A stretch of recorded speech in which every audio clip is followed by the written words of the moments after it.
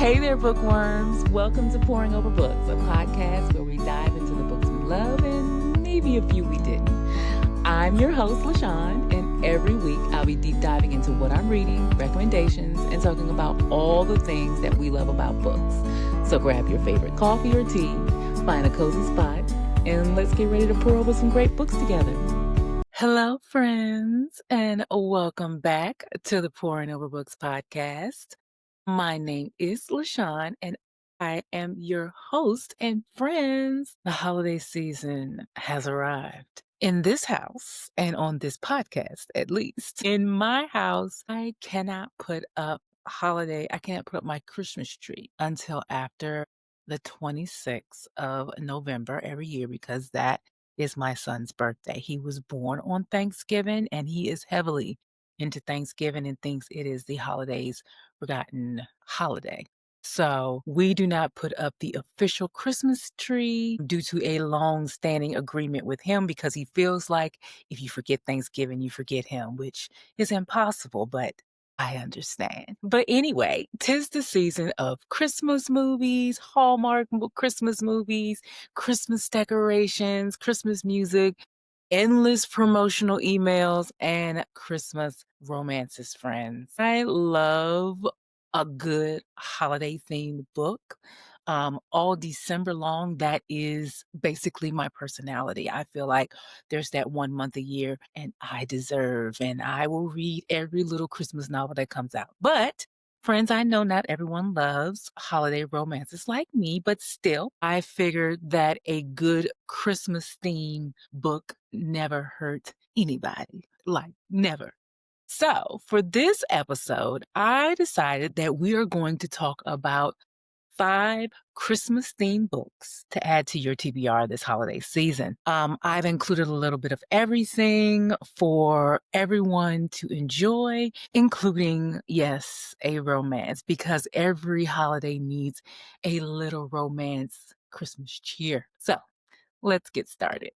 Let's start with a classic that I consider a Christmas novel, which is Little Women by Louisa May Alcott. It's a true classic that follows the lives of Jo, Meg, Beth, and Amy March, 4 spirited sisters living in Civil War era America. We join the Marches as they navigate New England life with a father at war, financial hardships, and the lure of a young, handsome young man next door. I consider this a Christmas novel because in one of the scenes of the book, the March sisters decide to give up the Christmas breakfast, which they have so been looking forward to a family who is nearly starving. It is heartwarming, it's sweet, and even though it's not a traditional Christmas novel, I feel like it has a Christmas setting.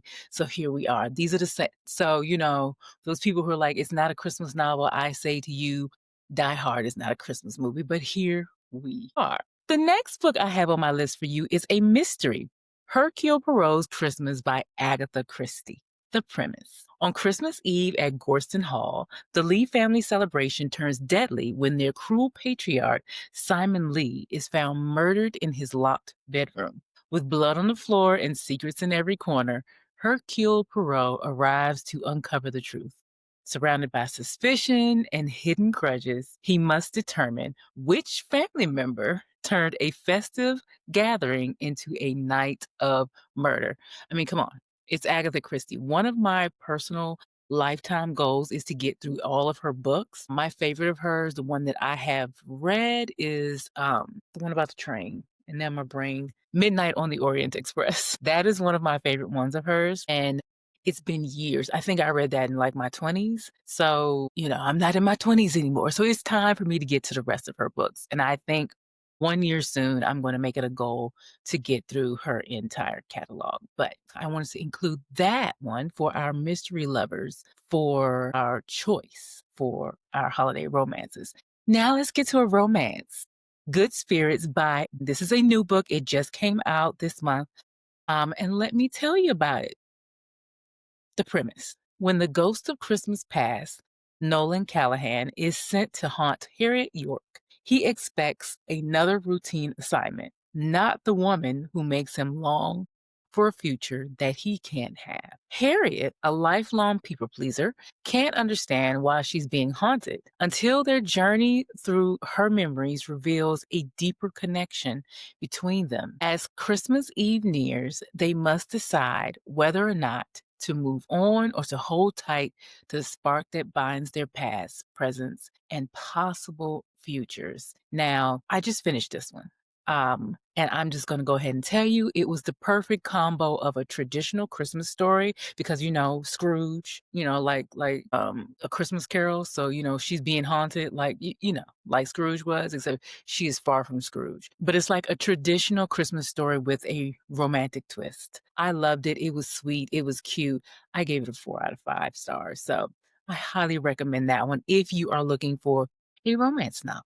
The next book on my list for you all is a kids' classic that is for everyone, The Grinch Who Stole Christmas by Dr. Seuss. Now, How the Grinch Stole Christmas is a classic holiday tale by Dr. Seuss about the bitter, green-furred Grinch who lives alone on Mount Crumpet, overlooking the joyful town of Whoville. Annoyed by the Who's annual Christmas cheer, the Grinch devises a plan to steal their presents, decorations, and food in hope of stopping the holiday altogether. But when he discovers that Christmas spirit comes from love and togetherness, not gifts, his heart literally grows 3 sizes, transforming him from a grump into a guest of honor at Whoville's Christmas feast. It is a classic. I watch the movie every year. I have Grinch related Christmas gear that I have already started wearing, and I'm not ashamed to say so. Everyone should read it. Everyone should watch the movie. Jim Carrey does an excellent job. Even the cartoon, because the face, the smile, watch it. It's perfect, perfect. You can read it to yourself, you can read it to your kids. The last Christmas book I have on my list is for our nonfiction friends. It is Christmas, a Biography by Judith Flanders. In Christmas, historian Judith Flanders explores how the holiday has evolved from ancient worship to modern celebration. Tracing its journey from the Roman Empire to today, she reveals the complaints about the excessive feasting began centuries ago. Gift wrap is a 20th century invention, and Santa may have Swiss roots. Blending history and humor, Flanders shows Christmas as both sacred and secular, a mix of faith, festivity, and family that's always changing, but yet somehow timeless. I am actually quite interested in that, and I don't do, you guys know I rarely do nonfiction books. But anyway, I know that that is a short list because that is literally the end of my little list. But it's holiday season, friends, and I know you will be busy. I just wanted to add a few options to your list this year that are Christmas themed. And plus, since the holiday season is upon us, I know that we're all busy. So I'm trying to keep these episodes just a little bit shorter than usual, like bite-sized.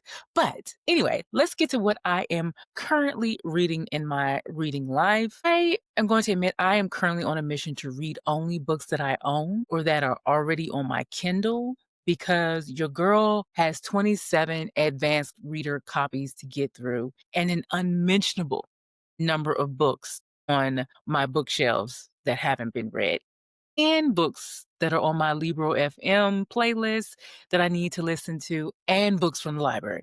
I could literally not buy another book for like the next 6 months, hell, probably until the next year, and not run out of books to read, friends. So my goal for the rest of this year is to only read books that are already downloaded from my Kindle, already checked out from the library, or on my bookshelf. I will say the exception is Brimstone by Kaylee Hart that comes out next week, I think, because I've been waiting for that book all year, and it's the last book I'm going to buy myself for the rest of the year. I swear. Anyway, it's harder than you think, like I said, because I literally discover new books every day on these internet streets. Not so much book talk, but Bookstagram. The people I follow on Bookstagram always have a good book for me, and I am susceptible. So what I'm trying to do now is if I see a book, I'm just trying to save a screenshot of it, and I'm adding it to this little list, this little section I have. I use Notion as like my little life planner, life gatherer. And it has like all these sections. And one of my sections is my TBR. And I literally just, it's one part of it is just a list of books, and the other part is just for screenshots of books that I want to get to. So I will add those books, any books that I see from now to January 1st. I'm going to just go ahead and add to that list and get to them next year. Anyway, let's talk about what is currently on my list, despite all of that. I just finished reading Picture Perfect by Tessa Bailey. It is the fourth book in a series in her Big Shot series. Let me go ahead and tell you what it is about. Boston Bearcats rookie Robbie Corrigan is living the dream. He's made it to the NHL. His best friend, teammate, and fellow orgasm donor is his roomie, and the women of Boston love them both. Life is sweet. That is until he meets Skylar Page, Division I softball pitcher, girl least likely to take anyone's bull, and the one member of the opposite sex immune to his charms. Robbie might be dazzled by the badass pitcher, but Skylar pegs him as a filthy player and wants nothing to do with him. But when he discovers that she's carrying a serious torch for her brother's best friend, Robbie knows he should just go ahead and go back to clubbing and leave her alone. But he can't seem to leave. So he and Skylar go on a romantic quest to land another man, and a series of hijinks ensues. Okay, listen. Reading a Tessa Bailey book is not a deep experience. It's not rocket science. Boy meets girl, he usually falls hard or falls first. There's tension, then hot smutty times, a misunderstanding, and then a happily ever after. There might be a small side plot to move us along. Most likely there is, and usually it's plausible. She does understand that the sexy times are supposed to give the characters more emotional connection, but be prepared for some sexy talk that may make you roll your eyes just a bit.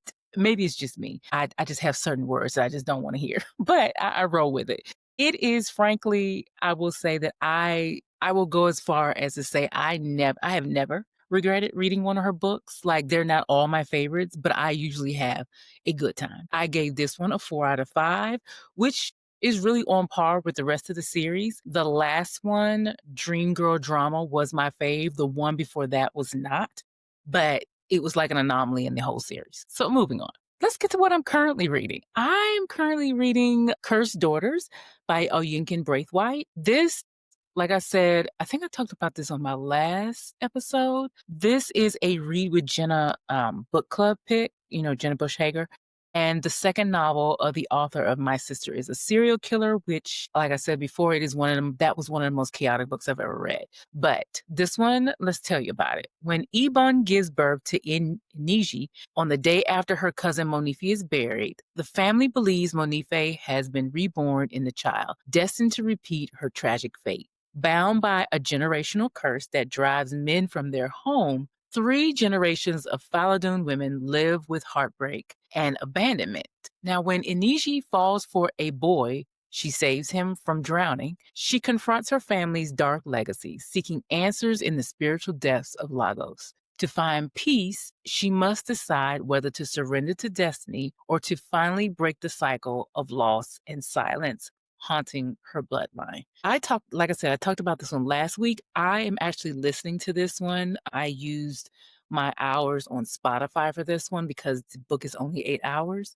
So I was like, okay, that's perfect. I'll use it for that. And so far, it is excellent.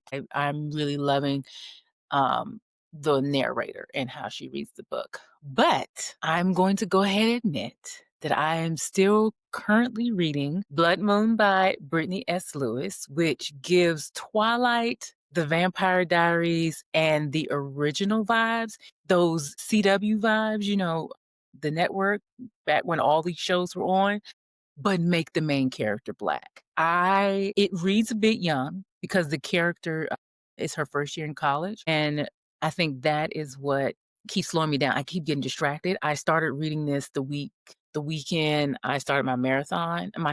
Ran my half marathon. So I think I had negative connotations for it for a minute, but I picked it back up this weekend and was like, oh, this is good. It is moving along nicely now. So I will get back to it soon this week in between all the other books I'm reading. I am also listening to I'm sorry, but yeah, I have to interrupt myself and say, yes, I'm reading I always read more than one book at a time. But it's a little bit chaotic this week because my brain just couldn't settle. Um, I, f- I just, nothing can keep my attention. So when that happens, I tend to read several books at a time. It's like mood reading at its finest. Anyway, I am listening to I Medusa by Ayana Gray, which my friend Aronica was listening to. She was like, because we were both we check in and say what you're listening to, and she said, "I'm listening to this, and it's really good." And I was like, "Oh yeah, I have that. I have the Audible, and I have um a arc for this one, and it's time for me to read this. I really need to get this out the way." So I was like, "Okay, so I know it's good." I hadn't planned on picking it up because, like I said, I'm reading several other books, but I was driving in my car running some errands yesterday, and I started it, and it really is good. It is a retelling of a Greek mythology character, Medusa. Um, I think everyone should read it. But also, the character is black. She has dreads. I'm obsessed. But anyway, I talked about it the last podcast, and it is so far so good. I like the narrator. And with Audible, I have to stop and say this, but on audiobooks, the narrator makes the book. And I can say that because I tried to listen to Blood Moon, and whoever no, nothing against them personally, but it was not the way I had the character sounding in my head.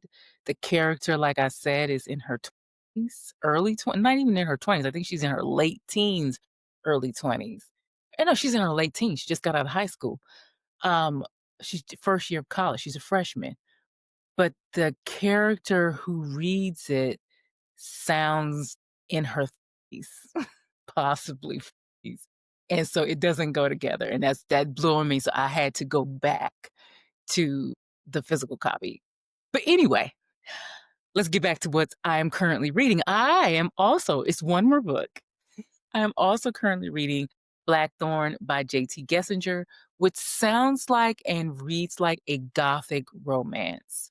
The premise: 12 years after fleeing her hometown, Maven Blackthorn returns to her grandmother's funeral only to find the body missing. Old rivalries flare between the Blackthorns and the powerful Crofts, but nothing is more dangerous than Maven's reunion with Ronencroft, her forbidden first love and the son of her mother's suspected killer. As buried secrets resurface and betrayals multiply, Maven uncovers truths that could destroy both families. In a town where the dead won't stay buried, love might be the most dangerous secret of all. I just started this one on a whim because it was on my Kindle, number one, and I didn't have any headphones to listen to I Medusa, which I was supposed to be. I had been listening to it while I was cooking breakfast, but I had misplaced my headphones as usual. And I didn't have any other books in front of me to read while I was sipping my coffee this morning at breakfast. And so this is how I got here. This is how these things happen, real time. Anywho, next up on my TBR, well, okay, if I'm being honest, is nothing because I need to read and finish all the books I just talked about. I don't need to do anything else.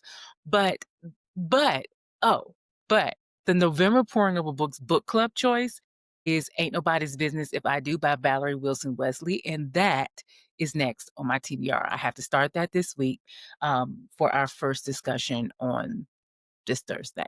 There is still time to join because we just announced the book. It is still the beginning of November. I will leave a link in our show notes where you can join us for this month. The premise: Eva is alone with an empty heart in a big empty house. Hutch, her husband, fears he is falling in love with the neglected wife of his wealthy philandering best friend. Charlie, Eva's law school bound daughter, forgets her plans for school to become a stand up comedian. And Stephen, Hutch's son, harbors a secret that will rock his father's world.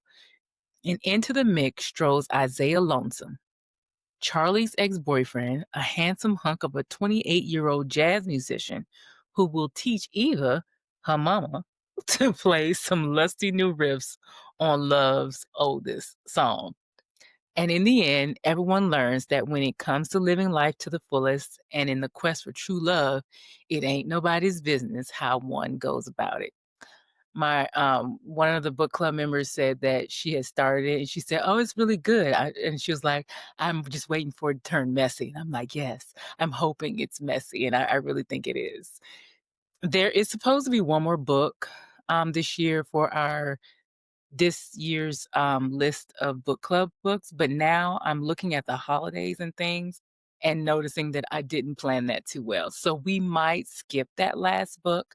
Um, even though it is a book I'm sure some people have been looking forward to, but I might just be like, read it on your own and we might just discuss it at the end of the month, depending on how I'm feeling.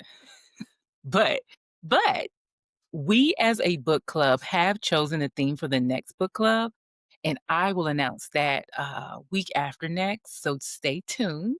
I think it's going to be an interesting year and theme. We might have to expand our reading to 6 weeks instead of 4 weeks. Due to the nature of some of our books, I've made my list and I've checked it twice, and I'm excited, but also a little nervous. But I can promise you that the next year will be enjoyable, enlightening, sometimes a little scary, but maybe a little educational too. Um, we aim to please. I want you to learn, but I want you to enjoy what you're reading at the same time. And I want to foster good discussions. And I think the list of books that I am forming for next year's book club will do exactly that.